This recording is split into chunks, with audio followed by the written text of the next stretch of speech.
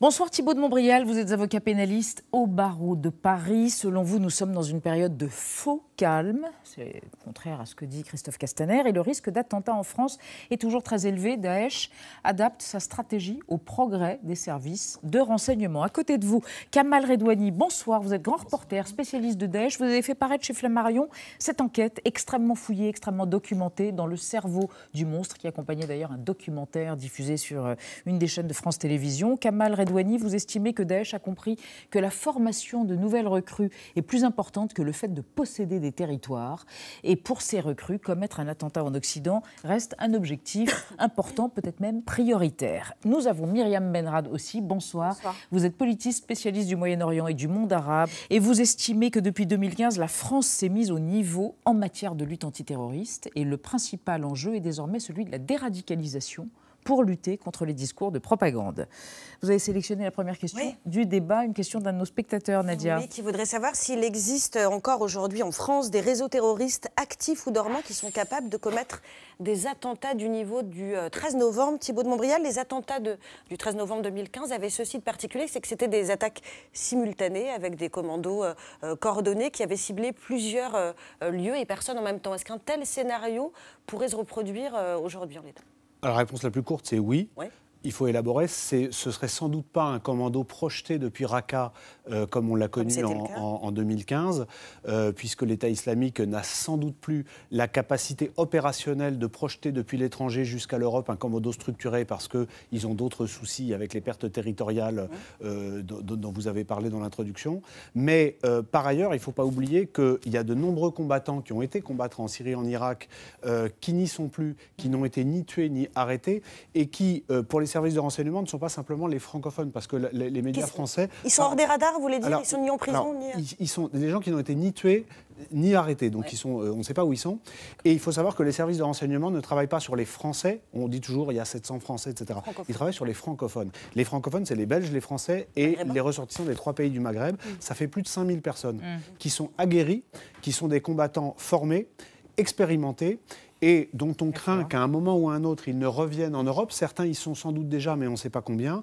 Et que, sur leur prestige, ils recrutent parmi les individus qui, aujourd'hui, font ce qu'on appelle les attentats ciblés, individuels, la menace endogène, qu'ils recrutent ces gens-là et qu'ils soient capables d'actes beaucoup plus militaires sur le territoire européen et en particulier en France. Alors, ça fait beaucoup de points. On va y revenir, on va les développer. Mais d'abord, on va se concentrer sur un chiffre, le chiffre du jour. Combien d'attentats ou de menaces ont-ils été déjoués en 2018? Selon le ministère de l'Intérieur, 6 attentats ont été déjoués en 2018, mais c'est tout type d'attentats confondus, c'est-à-dire y compris celui ou ceux, on n'a pas le détail, venant de l'extrême droite et qui avaient visé les plus hauts sommets de l'État.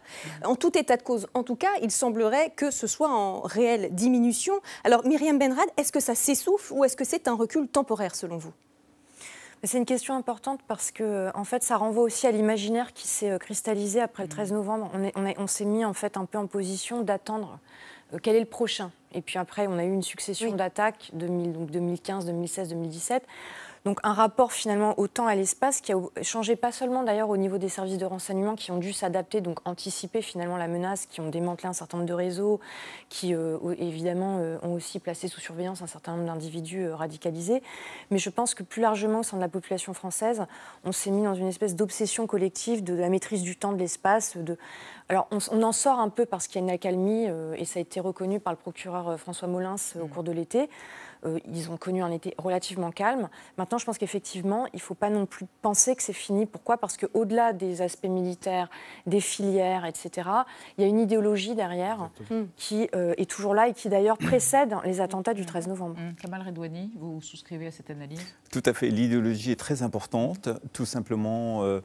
Mais comment combattre une idéologie ? Comment ceux qui sont en prison aujourd'hui, qui vont sortir ou qui sont déjà sortis, comment peut-on être sûr qu'ils ont changé d'avis, qu'ils ont changé d'idéologie ? Enfin voilà, ça c'est un sacré problème. Après, sur le terrain, moi, en Turquie par exemple, à la frontière entre la Syrie et la Turquie, j'ai rencontré des jeunes djihadistes qui prenaient le départ pour l'Allemagne. C'était en 2013. D'autres en Libye qui partaient en Europe. Donc il y a des gens qui sont sont sur le territoire aujourd'hui, qui ne sont pas sous les radars et qui, effectivement, dont on n'en sait rien et qui peut-être sont en train de s'adapter. Il faut un temps à quelqu'un qui arrive pour pouvoir s'adapter sur le terrain, pour pouvoir prendre le métro, comprendre comment on prend le métro, pouvoir acheter des armes, pouvoir s'organiser, etc.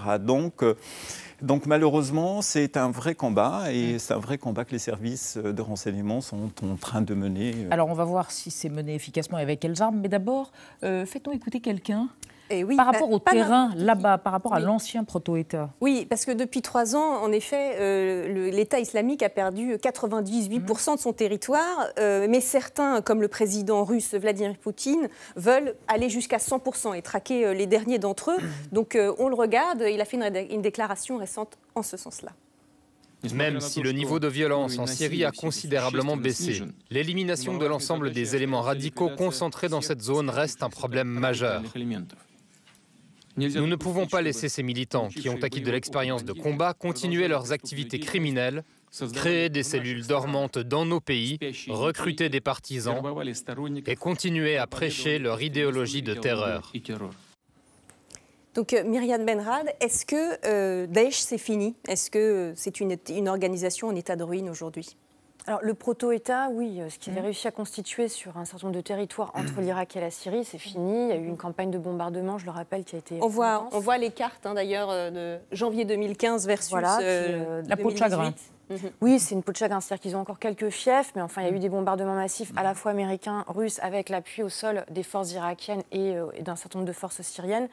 Donc ce califat, c'est fini. D'ailleurs, on le sent aussi chez les revenants, chez ceux qui ont fait défection. Comment on le sent? Ils y croient plus, ils sont soit dégoûtés de ce qu'ils ont vu sur le terrain, soit cette promesse, cette utopie. Il faut les croire sur parole quand ils disent qu'ils ne croient plus à l'idée. Alors après, oui, je pense que ça dépend des gens. C'est peut-être aussi le sujet en France, effectivement, quand on parle de déradicalisation.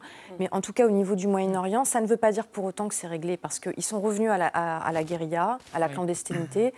Tous les jours, quasiment, en Irak, on a des attentats, par exemple. Ils assassinent aussi un certain nombre de personnalités. On a vu l'assassinat de Miss Irak, qui avait été menacé depuis des années. D'autres personnalités, des députés. Alors, les femmes, par exemple, sont notamment en ligne de mire ces temps-ci. Et du côté syrien, il y a une relance de l'opération qui avait été déjà conduite, enfin des opérations déjà conduites entre les Américains et les fameuses forces démocratiques syriennes à l'Est. C'est quand même intéressant parce que, rappelez-vous, au moment de la bataille de Raqqa, on avait dit ça y est, c'est fini. Et ils ont constamment besoin de relancer les offensives parce que c'est un groupe qui se reconstitue et qui, lui, encore une fois, pour revenir à l'aspect idéologique, n'a absolument pas dit son dernier mot. Thibault de Montréal. L'islamisme politique, et en particulier son penchant terroriste, peut être l'expression soit de cellules. On a parlé de métastasisation de Daesh, donc des cellules qui se sont transportées hors d'Irak et de Syrie et qui se reconstituent en Libye, en Tunisie et sans doute demain d'une manière ou d'une autre en Europe. Ça peut aussi être des déclinaisons, c'est-à-dire des gens qui décident de créer un nouveau groupe avec des questions d'ego, de personnes, enfin tout est possible. Ce ne sera pas forcément Daesh. On pourra financer autant, parce que Daesh, c'était aussi une matrice financière. Alors, Daesh s'était servi de son proto-État, et notamment du commerce du pétrole et du coton, pour financer abondamment une véritable petite armée. Mais pour financer des groupes de quelques centaines de combattants en Europe, il n'y a pas besoin d'autant d'argent. Des attentats, aujourd'hui, avec des moyens relativement rustiques, ne coûtent quasiment rien. Le Centre d'analyse du terrorisme avait fait une étude sur le financement du 13 novembre. On était arrivé à entre 30 et 50 000 euros. C'est rien. Alors, précisément, Nadia, parlons des sources financières et de l'état financier de l'organisation État islamique. Oui, parce que du temps de son apogée territorial, donc en 2015, Daesh avait engrangé un véritable trésor de guerre qui s'élevait à 6 milliards de dollars. On en parlait à cette époque-là comme de l'organisation terroriste la plus riche de l'histoire. Ils ne sont pas devenus indigents pour autant aujourd'hui. Ils ont moins d'argent, mais ils ont aussi moins de besoins, moins de postes de dépenses. Ils n'ont pas de salaire à verser, par exemple. Et aujourd'hui, on a plusieurs spécialistes du financement du terrorisme qui nous expliquent que l'État islamique sera en train de se refaire une santé financière par plusieurs biais. C'est ce que dit par exemple le site américain Foreign Policy, qui cite un politique irakien qui explique que les dirigeants survivants, ceux qui ont été ni tués ni arrêtés, ils seraient parvenus à sortir sans pas les mains vides, mais avec 400 millions de dollars d'Irak et de Syrie, ce qui constitue quand même un assez bon matelas. Et puis, et ça c'est un rapport du Conseil de sécurité des Nations Unies qui le dit, l'État islamique aurait toujours la jouissance de quelques rares mais bien réels puits de pétrole en Syrie. Là encore une source de revenus conséquente. droite. Puis enfin, et ça c'est la thèse assez intéressante d'un spécialiste du terrorisme américain qui s'appelle Colin Clark, il explique que l'État islamique pourrait se renflouer en rackettant les personnes et les entreprises qui sont chargées aujourd'hui de reconstruire Mossoul. Et c'est une thèse d'autant plus plausible que les transferts d'argent, elles se font en cash et assez loin des banques. Donc ironiquement, c'est l'après-Daesh qui pourrait permettre à Daesh de financer son retour. Kamal Redouani, est-ce que ça prouve, cette histoire-là d'argent qui n'est pas rien, la capacité des organisations terroristes, dont l'État islamique, à se réinventer, à muter? Et ils se réinventent. Si on prend l'exemple de la Libye, par exemple, avant la chute de Sirte en Libye, ils ont réussi à faire sortir des responsables, des formateurs pour créer un autre groupe. Une autre école du djihad. Exactement. Et pour se financer, si on revient au financement, pour se financer, ils utilisent les déplacements, ils utilisent au fait tout ce qui est contrebande dans le désert, qui aujourd'hui est un espace complètement ouvert, l'espace libyen, et donc ils utilisent ça pour s'enrichir. Il y a de la contrebande d'or, d'armes, et ils utilisent aussi la traversée pour racketter ceux qui essayent de venir en Europe. Donc ils ont les moyens, et ça ils savent le faire depuis des années, et ils reviennent simplement à ce qu'ils étaient avant, et ils reviennent à ce que faisait Al-Qaïda. Plus de clandestinité, mais pas moins de pouvoir de nuisance. Tout à fait. La question, elle est simple. Al-Qaïda n'a pas disparu. Pourquoi Daesh va-t-il disparaître, tout simplement? Mariam Benrad, sur cette question du financement du trésor de guerre, oui, alors, soit l'argent pillé à Mossoul ou le pétrole Oui, alors le financement, enfin la question du financement, elle doit être, à mon avis, appréhendée c'est un processus, c'est une dynamique de long terme, puisqu'ils ont repris aussi à leur compte des activités illicites qui avaient déjà cours, si on prend le cas de l'Irak. La contrebande d'antiquités, par exemple, mésopotamienne, la contrebande de pétrole, ça avait déjà cours depuis de longues années. Donc, ils ont repris ça à leur compte. Et l'autre point, à mon avis, important, c'est la question des intermédiaires. Parce qu'en fait, c'est grâce aux intermédiaires, aux complices, parmi les populations civiles, que tout ça aussi continue. Donc, ça il y a des complicités encore dans la population? Oui, évidemment, parce que c'est aussi une source de survie, tout simplement, pour des gens qui sont dans le dénuement. Je rajoute une chose peut-être importante, il n'y a pas de reconstruction dans les territoires comme Mossoul, dans ces provinces qui ont été libérées.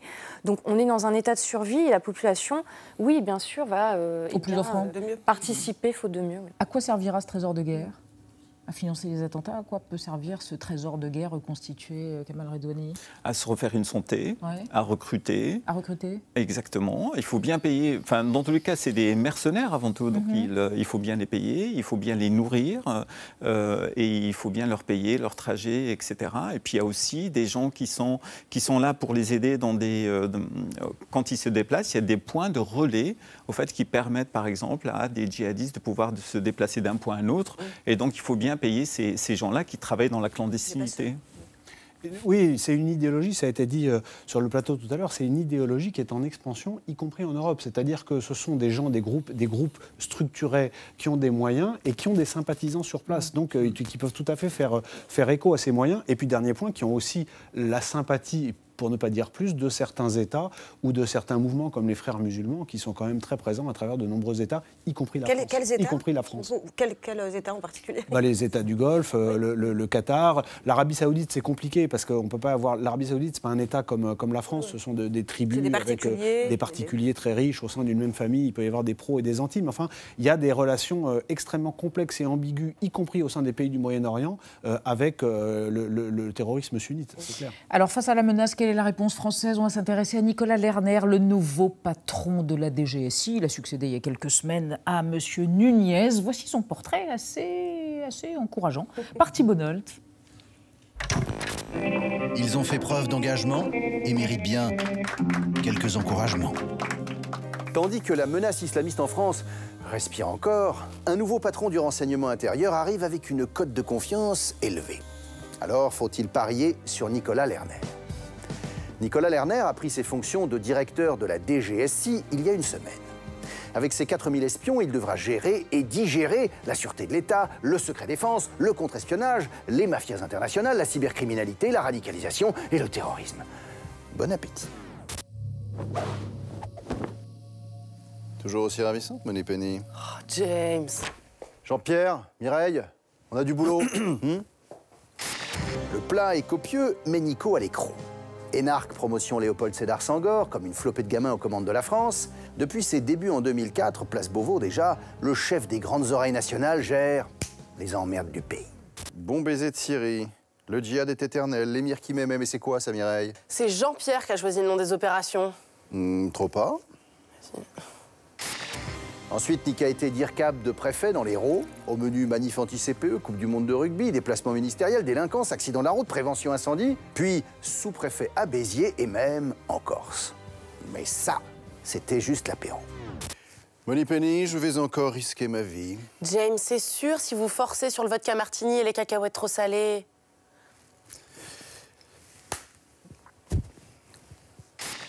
DIRCAP adjoint de Gérard Collomb, ministre de l'Intérieur, Nico était le sédiment de la maison.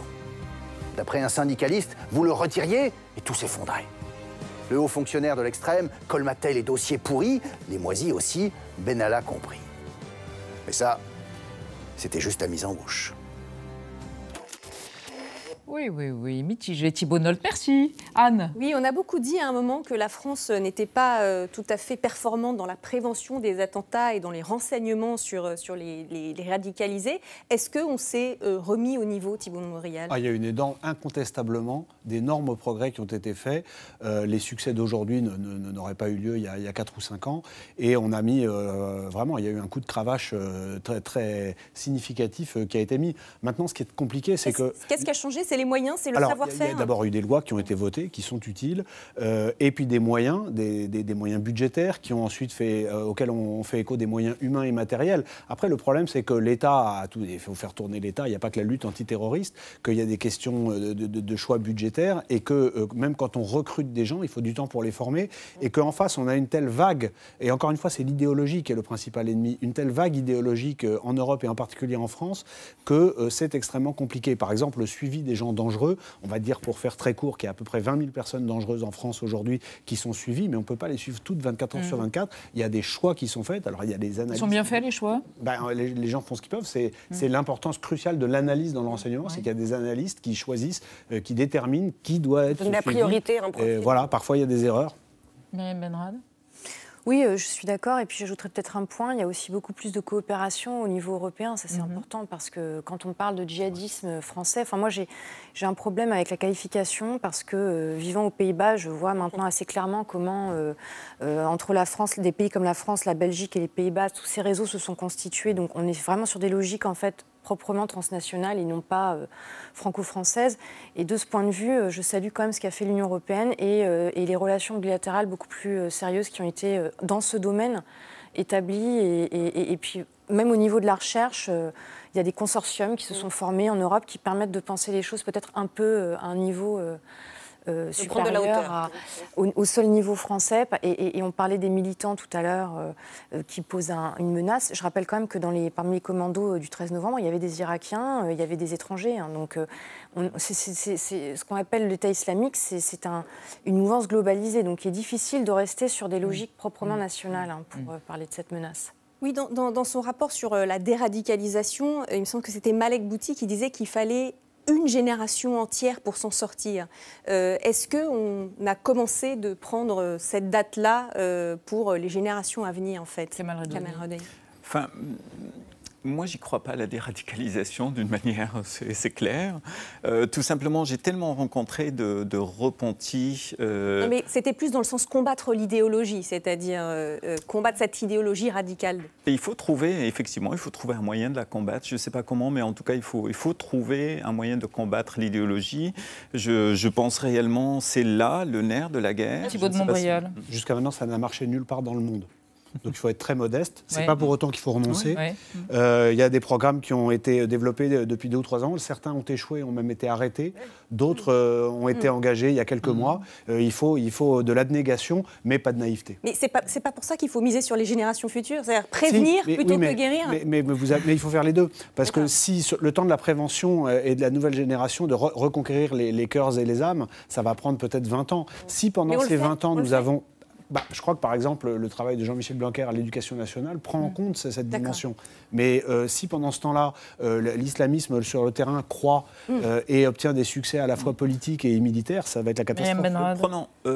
Si on prend un exemple tout simple, c'est-à-dire quelqu'un qui est passé par la case prison, qui est sorti, qui revient dans son quartier, il a pris des galons. Il a une aura auprès des jeunes. Il est écouté. Et donc, quand il se retrouve entouré de jeunes qui lui parlent et il leur parle, l'idéologie est là, elle se transmet. Voilà. Myriam Benrad, vous voulez conclure? C'est intéressant la question de la déradicalisation, parce qu'il n'y a pas de consensus en France. En même temps, on est le pays, pour revenir à cette comparaison européenne, la France est le pays le plus répressif dans la gestion des djihadistes, que ce soit des revenants ou des radicalisés. Je reprends toujours l'exemple néerlandais. Les Néerlandais font beaucoup de réintégration. Ils ne parlent pas de déradicalisation, ils parlent de réintégration. La réintégration des détenus djihadistes ou radicalisés au sein de la société néerlandaise. On va en parler aussi concernant les enfants ou les femmes qui veulent revenir. Bon. Pour l'instant, on a des logiques politiques qui font alors, des résultats qui sont meilleurs, à mon avis, qu'en France, mais parce que le paradigme n'est pas le même. Ils n'ont pas le même nombre de djihadistes non plus, attention, et ils n'ont pas été frappés par le terrorisme de masse. Le débat est terminé. Le dernier gros attentat qui a été démantelé, c'est en Hollande, 7 types pour un attentat multiple qui a été démantelé il y a un mois. Donc... Ce sera l'objet du futur débat, puisque vous n'avez pas l'air absolument d'accord. Merci en tout cas, merci à tous les trois.